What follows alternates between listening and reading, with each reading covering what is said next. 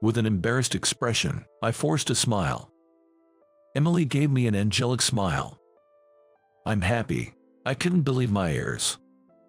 What part of my words could possibly bring her happiness? Inside me, the continuation of her words triggered a flood of tears. "My name is John. I'm a 42-year-old handling general office tasks for a civil engineering company started by my uncle. Originally, my mother was the one handling the office work, but she got sick as I was about to start job hunting in college. My uncle, who studied economics, offered me a job unsolicited, and suddenly, I found myself employed as an office worker in his company.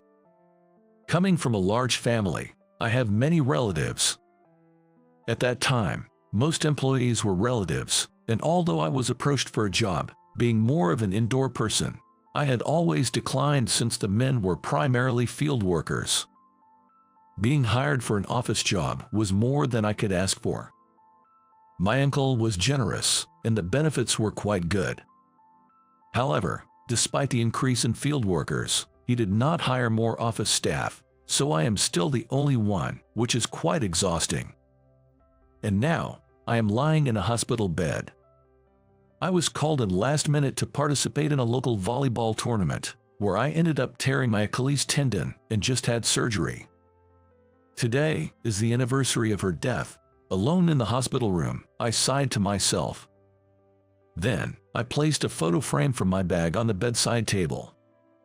"Sorry, Laura, I can't visit your grave on your death anniversary. I'll come once I can walk again, so please forgive me." Laura in the photo was still smiling. 6 years ago today, I lost my wife, Laura, to illness. Laura, who had chronic respiratory issues since childhood, and I met in college. She often laughed and cried easily, and I fell in love with her. With a vivid imagination, she would tear up just seeing the title of a sad movie. When I saw her teary eyes, Laura would puff up her cheeks and say, "I'm not crying, I just yawned." After a few months as friends, I confessed, but was initially turned down. She refused, citing her frail health and inability to do normal activities. But I couldn't give up and persistently pursued her until she finally gave in, and we started dating. Our relationship with Laura was peaceful and warm, like basking in the sun. We couldn't do active dates like beach trips in summer or skiing in winter, but renting DVDs of our favorite shows and watching them at home. It was perfectly comfortable. When I proposed, she resisted even more intensely than when I asked her out. Especially the fact that she couldn't have children was a reason for her repeated refusals. But for me, it was all about wanting to be Laura's husband. It wasn't that I wanted to be a father to a child with Laura.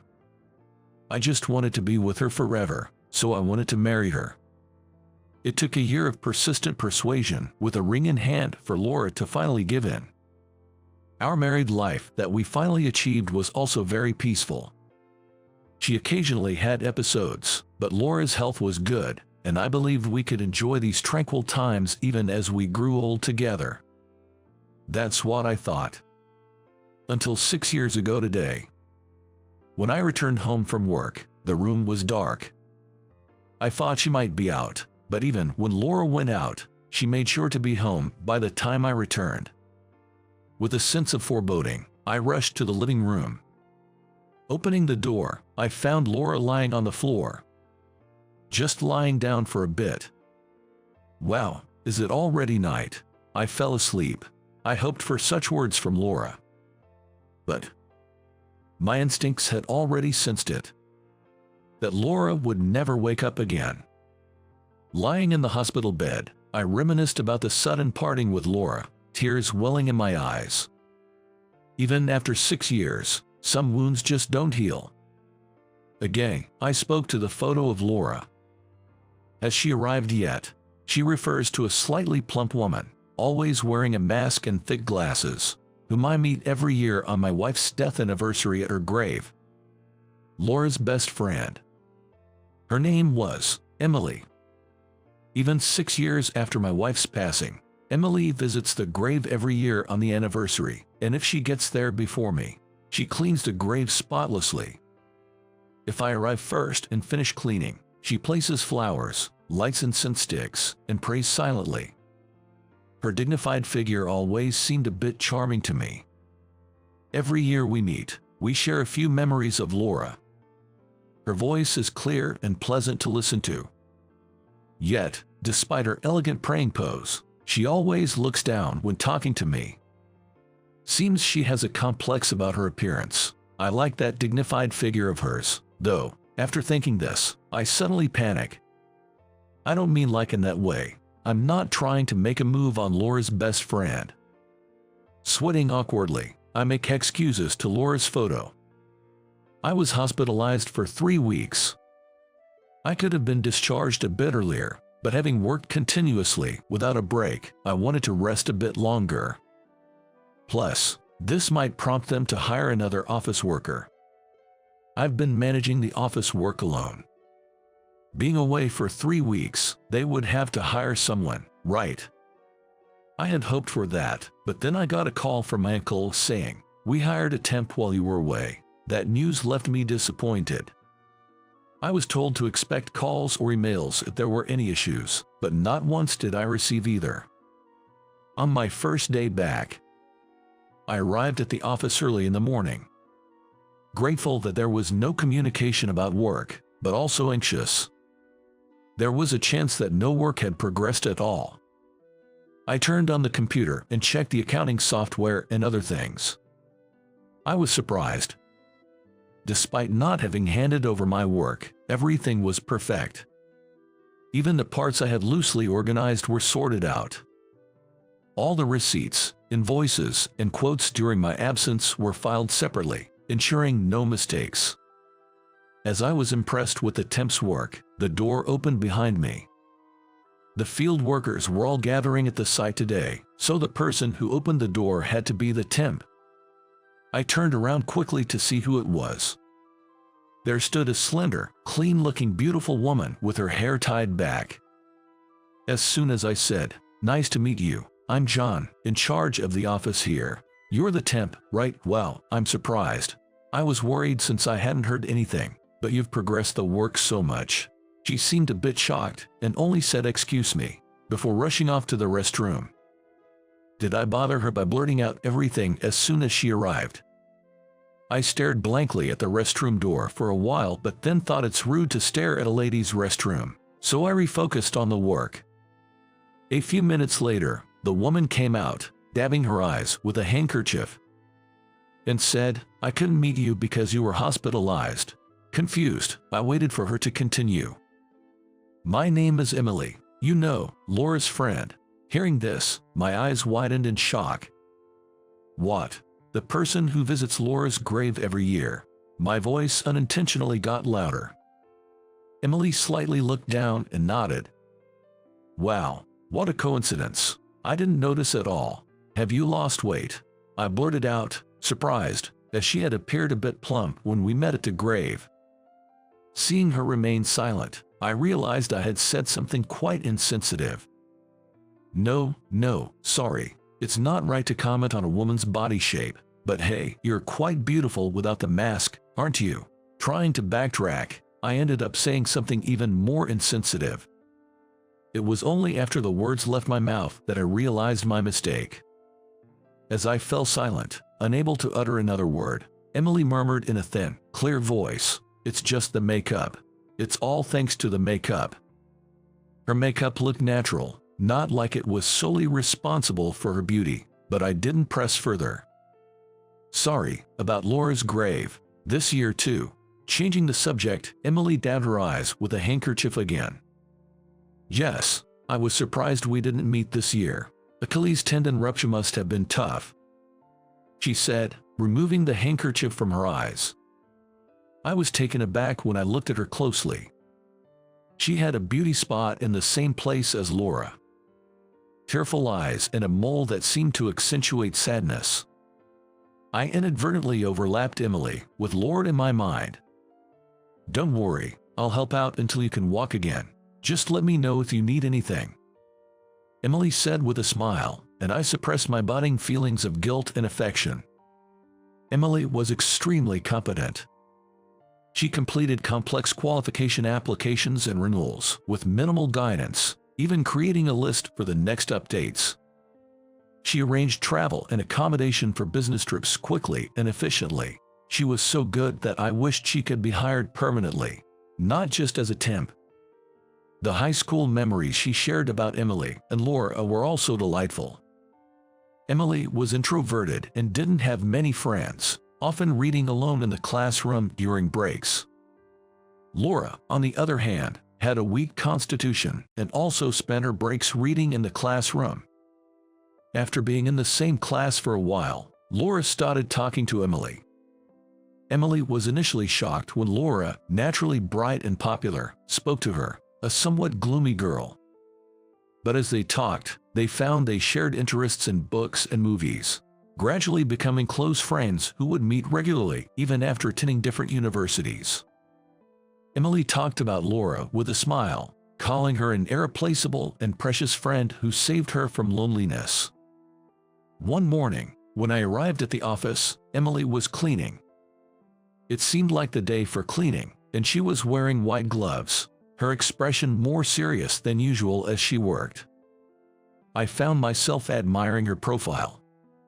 Watching her, I noticed Emily seemed to have finished cleaning and was confirming it with a small okay gesture with her index finger. Ah, that gesture, it reminded me of Laura. Emily then swung her finger firmly to one spot. Emily finally stopped her finger with a decisive motion and then loudly exclaimed, "All right." She then placed her index finger to her lips, smiling contentedly. This was a gesture Laura used to make too after finishing chores like cleaning or doing the dishes. The gesture of placing her index finger to her lips, followed by that satisfied smile, was so adorable. It was one of my favorite things about her. I was so entranced, I couldn't help but mutter, "They are so alike." Emily turned to me, surprised. "What's wrong?" she asked. Flustered, I struggled to explain. "No, I mean, Laura used to do the same thing." As I fumbled for words, Emily realized and exclaimed, "Oh, we used to synchronize that gesture in high school. After cleaning, we'd do that, look at each other, and it kind of became a habit." "Did Laura continue doing it?" As I nodded, Emily's face lit up with a refreshing smile. "Wow, Laura remembered it too. That's so nice to hear." "This is unfair." Emily, far from having a complex about her looks, was beautiful, with a cute smile. On top of that, she was competent at work and could bring Laura's memories to life in our conversations. As I spent days alone with her in the office, I gradually began to develop feelings for her. With a recent gesture, my feelings for Emily swayed greatly. But at the same time, I thought, it's disrespectful to Emily to see her as a replacement for Laura. Emily is Emily, not a substitute for Laura. The way she moved her index finger, her mole under the eye. I was just seeing Laura and Emily. Was I attracted to Emily? Or was it the glimpses of Laura in her that I longed for? Even pondering this felt disrespectful to Emily, and I couldn't let her find out about my possible feelings. In our office, just the two of us, such thoughts seemed inappropriate. To avoid such musings, I focused on my work. Days passed with me awkwardly navigating this one-sided turmoil. When one of our construction sites completed, a celebration party was organized. Emily and I found a casual bar for the occasion and planned to return to the office afterward. However, my uncle invited us both. "Come on, join us. Emily's coming too, right?" We were inevitably pulled into the party. About half of the employees on site were family members, so it was natural that the conversation turned to my remarriage. "Why don't you remarry, John? It's pathetic," was a typical comment. Why do relatives worry so much about their nephews' and nieces' marriages? During family gatherings, the conversation always turned to who was still unmarried or childless. Being the only single person in my family, I was an easy target. The best approach in these situations is to just let it go in one ear and out the other. That's what I've learned, and that's exactly what I did, letting my uncles and other relatives' jabs slide off me. Maybe my nonchalance frustrated him, as my uncle started to grumble. Seriously, it's because you married a wife with a weak body. That's why you don't have kids, right? You should have married and had kids earlier. Just as I was about to retort, unable to let such a comment slide, a loud thump on the table echoed. The previously bustling banquet hall fell silent, everyone's attention drawn to the source of the sound. It was right beside me. There was Emily, hands pressed on the table, trembling. With her head down, Emily spoke. It's not like she chose to be frail. Her voice quivered with anger. Emily raised her head. Tears were brimming in her eyes. You don't know anything about Laura. You don't know how much I loved her. Not being able to have children, that was the thing. The thing Laura was most concerned about. Don't talk about it so lightly here, Emily blurted out all at once, catching her breath. Then, she glared at my uncle, the president of the company. Pathetic. I've never met a man as wonderful as him. He never misses a visit to the grave every year. He can even share memories with a somber, plump woman like me with a smile. A man who can work well and treat everyone equally. How is he pathetic? As Emily finished shouting, to my surprise, scattered applause came from the crowd. Realizing what she had done, Emily's face turned bright red, and she quickly stood up and left the banquet. Stunned, I followed after Emily. Stepping out of the pub, I saw a glimpse of a white shirt in a narrow alley. There was Emily, crouched down. As I approached quietly, she reacted to my footsteps and pleaded without looking up, "Please don't come near, I'm sorry. Thank you." As I softly muttered those words, Emily looked up. Tears were streaming down her face, and the handkerchief in her hand was completely soaked. About Laura, you've said everything I wanted to say. I'm really thankful. I expressed my gratitude. Emily managed a slight smile on her lips. And then, I wondered, is it okay for me to reach out to her? And, thank you for standing up for me too, I said timidly. Emily smiled gently. Laura told me, if I go first, please look after John. I'm glad I could keep that promise, she said. As she spoke, her face, still tear-streaked, lit up with a broad smile. Her gesture mirrored Laura's smile in the album. This is hopeless, I thought, sighing and squatting down next to Emily. I'm not that great, you know. Far from being honorable, I might be the worst, I muttered. When I murmured that, Emily turned to look at me. Her face, filled with a puzzled expression, was adorable.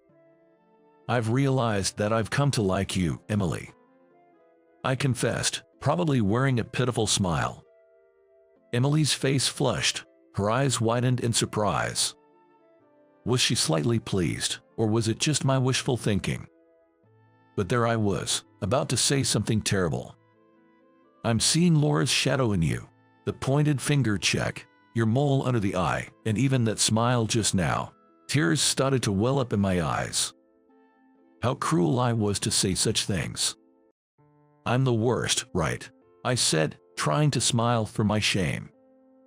To such a despicable man, Emily offered an angelic smile. I'm happy, she said. I couldn't believe my ears. How could she find anything to be happy about in what I just said? In me, you found a trace of Laura that makes me happy, she continued. I was overwhelmed with tears. Where else would one find such an angel?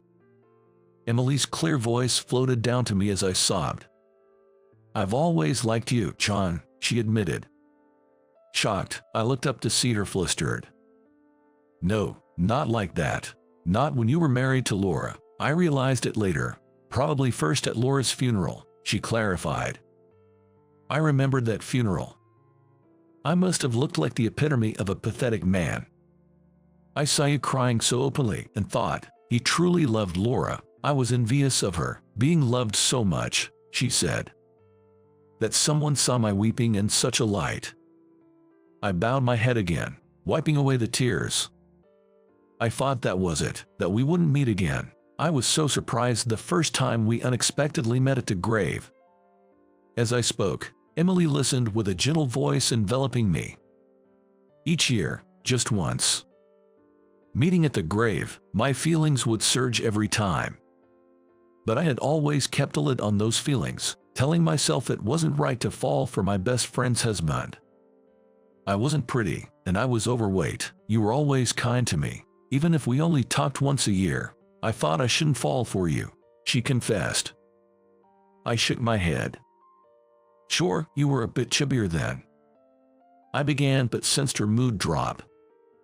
But Emily, your dignified look when you prayed at the grave, it really got to me, I said. Her face turned a deeper shade of red. Each year, I was a bit taken with you, Emily, but it felt wrong, you know. Falling for my wife's best friend, it seemed unfair to Laura. As I opened up, Emily stared at me intently. I feel like Laura is cheering for me from above, Emily shared. Curious about what she meant, I waited for her to continue. Isn't it amazing how we've met every year at the grave without planning? I never waited or arranged to meet you, it just happened, she explained. Indeed, that was true. Sometimes I visited in the morning, other times in the afternoon. And then, there was last year. Last year, I couldn't make it on the anniversary due to an unavoidable task, so I went a day later, I began. Emily picked up the thread of conversation. The next day, we met. I couldn't go that day because I felt unwell, so I postponed it to the next day. Right, that happened. We both had said, I thought we wouldn't meet this year. Last year, I really felt supported by Laura. I thought if I was ever going to try, it had to be then, so I started dieting. I was shy, so I signed up for online speaking classes. I switched to soft lenses, learned about makeup. I was all set to invite you 40. But then you weren't there this year, she laughed. I'm sorry about that. I barely managed to say. I could sense Emily smiling. I was really worried. A week later, I went to collect the flowers I had left at the grave, and they were untouched. I wondered if you had visited at all this year. I thought maybe you were sick or troubled. Sorry, I said again, softly. She smiled again, laughing. No, it's fine. I got so worried I couldn't eat, and ended up losing another 4.4 pounds. Lucky me. I struggled to contain my swaying emotions at her smile. I used to help with the accounting in our family business, but it closed down. I registered with a temp agency, and when I applied to a company looking for short-term staff, there you were. What do you think? A surprise from Laura. I couldn't help but nod. Is this all right? I wondered aloud, still uncertain. Seeing my anxious look, Emily smiled reassuringly. Lord in heaven and the Laura and me both say it's okay, she beamed. Feeling cherished by that smile, I found the courage to move forward. Before I knew it, I was hugging Emily tightly. The next day, my uncle, who usually goes straight to the construction sites, unexpectedly dropped by the office. Seeing me, he fumbled for words. About yesterday, I'm sorry, I shouldn't have said those things. I was taken aback by his apology. I had never seen him apologize to anyone before. After the incident, Emily and I, not wanting to be seen with tear-streaked faces, had called my uncle to say we were going home. Maybe he had been worried about us all night.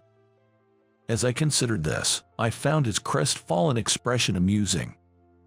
I'm sorry for leaving like that, and I have something to report and to ask, I began. I told him about Emily and me deciding to date. His eyes widened as much as they could. Then I asked if Emily could be hired as a permanent employee. My uncle exclaimed, of course, Emily. Ha, that's great, John. She's a wonderful woman. He readily agreed to hire Emily as a full-time employee. This would make our work much easier. When Emily entered the office a bit later and saw my uncle, she tensed up. She had spoken up to him the night before. But my uncle just grabbed her hand and said enthusiastically, take good care of John, right, Emily, both at work and personally. leaving her no chance to apologize. Though she didn't need to, in my opinion. A year later, Emily and I got married. Being with her, I discovered many similarities between her and Laura. From choosing tear-jerking movies in the cinema and saying, "I don't want to cry outside," to her way of reading a book on the sofa. Every time I found a bit of Laura in her, I felt a pang of guilt. Of course, there are many ways in which Emily and Laura differ. When we went to visit the church at New Year's, Laura, usually devout, didn't pray much in the crowd. But Emily stood tall, greeting the God with respect. Her poised demeanor captivated me, and I found myself admiring Emily's elegance. Other differences include her slightly reserved nature, her seriousness, and her slightly sweeter mashed potatoes, unlike Laura's. With every new aspect of Emily that I grew to love, I felt increasingly happy. Phew. She put down her pen and, with a grand gesture, swung her index finger, saying "all right," then placed it to her lips, smiling contentedly. In front of Emily was a mother-child health handbook. Recently, we had found out about Emily's pregnancy and received the handbook. She had just finished writing our names on the cover and took a moment to breathe. "Looking at the mother-child handbook really makes it feel real, doesn't it?"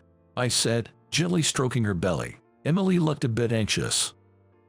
"I'm already 39. I need to take extra care," she said. "Pregnancy at this age indeed comes with its worries.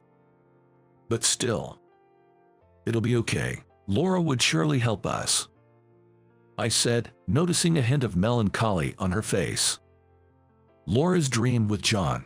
I will carry it on. Yes, it will be fine. I'll make sure of it." Emily spoke, gazing out the window at the sky. Her expression was filled with compassion. I wrapped my arm around her shoulder. "Yeah, it'll be fine. I'll do everything I can too," I assured her. Together, we looked up at the sky. It was clear and blue, as if blessing our future.